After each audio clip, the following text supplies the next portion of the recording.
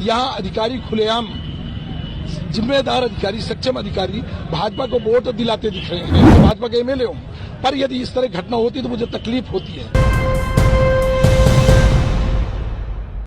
खुद बीजेपी का एक विधायक पूरा इलेक्शन प्रोसेस पर सवाल उठा रहा है।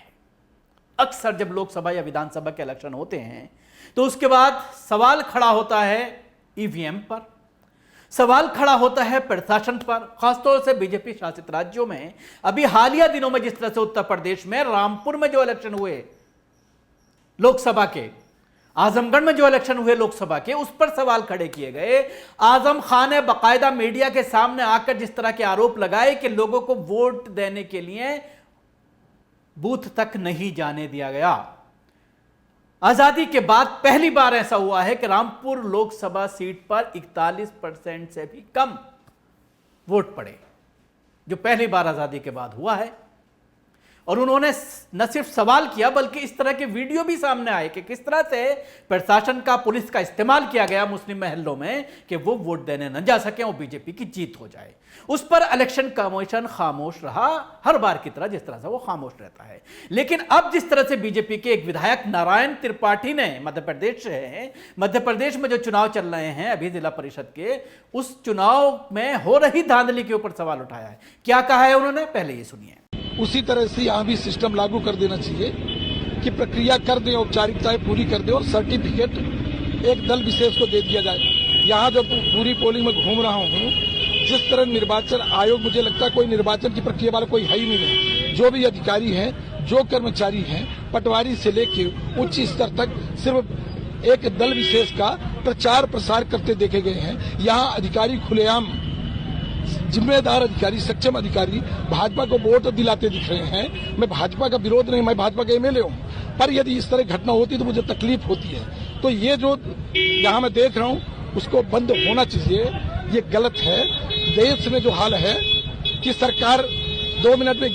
सुना आपने, बीजेपी के विधायक नारायण त्रिपाठी ये कह रहे हैं कि हम लोकतंत्र पर विश्वास करते हैं और इलेक्शन प्रक्रिया को ये चाहते हैं कि सख्ती से उसको लागू किया जाए, नियमावली को लागू किया जाए, और जो इलेक्शन में करप्शन करते हैं या किसी तरह की धांधली करते हैं उनके खिलाफ कानून के हिसाब से कार्रवाई की जाए। उन्होंने ये कहा अपने इस वीडियो में, साफ तौर पर कहा है कि हम जिस पार्टी से आते हैं, भारतीय जनता पार्टी प्रशासन का इस्तेमाल कर रही है वोट देने के लिए, तो फिर कोई जरूरत नहीं है इस वोटिंग की, वोट डालने की, इलेक्शन कराने की। आप सीधा उनको जीत का प्रमाण पत्र दे दीजिए। ये बात वो खुद कह रहे हैं, जिसके बाद पूरे देश में एक बार फिर से बहस शुरू हो गई है ईवीएम को लेकर, और किस तरह से जो पूरा ऑफिशियल इंफ्रास्ट्रक्चर होता है राज्य सरकारों का, एसडीएम, डीएम, एसपी, एसएसपी का किस तरह से इस्तेमाल किया जाता है पुलिस प्रशासन का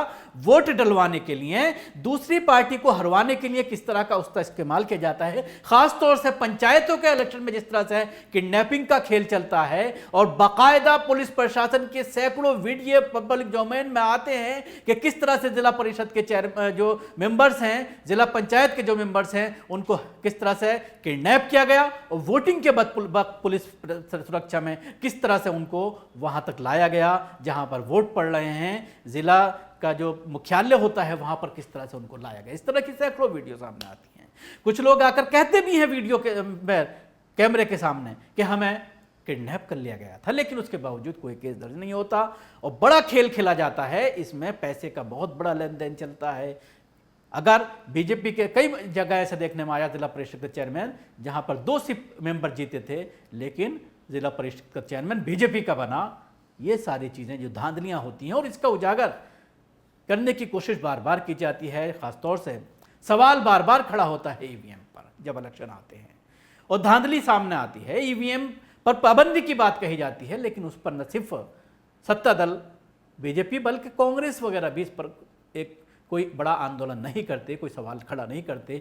एक सरसरी एक बाइट दी जाती है, सवाल किया जाता है और उसके बाद मामला ठंडा हो जाता है। और फिर जब दोबारा इलेक्शन होते हैं और उसमें विपक्ष की नाकामी होती है तो फिर सवाल किया जाता है। लेकिन जिस तरह से इसके खिलाफ आंदोलन होना चाहिए, जिस तरह से इसके खिलाफ आवाज़ उठनी चाहिए, जिस तरह से इस पर पाबंदी लगाने की बात कही जानी चाहिए कि जब डेवलपिंग कंट्रीज भी बैलेट पेपर पर वोट देते हैं तो आप इस पर क्यों करा रहे हैं। और कई बार इस तरह की चीज़ें सामने आती हैं कि 10,000 मशीनें गायब हैं, 20,000 मशीनें गायब हैं, इस तरह की चीज़ें सामने आती हैं कि जहाँ पर चिप बनाई जा रही है वहाँ पर किस तरह से संघ के लोग काम कर रहे हैं। वो सारी चीज़ें पूरी तरह से इस प्रोसेस के ऊपर सवाल खड़ा करती हैं और ये सवाल खड़ा होना भी वाजिब है। जिस तरह से बार बार बीजेपी ये कहती है कि हम 50 साल तक नहीं जाने वाले सत्ता से, तो शायद उनका जो ये विश्वास है इन मशीनों पर है, इन ईवीएम पर है और प्रशासन पर है जो उनके अंदर में चल रही हैं, इसीलिए बीजेपी की ये कोशिश रहती है कि राज्य सरकारों पर अपना कब्जा किया जा सके, जिसके लिए वो तमाम तरह के मापदंड, सारी तरह की चीज़ें इस्तेमाल करती है। पैसा,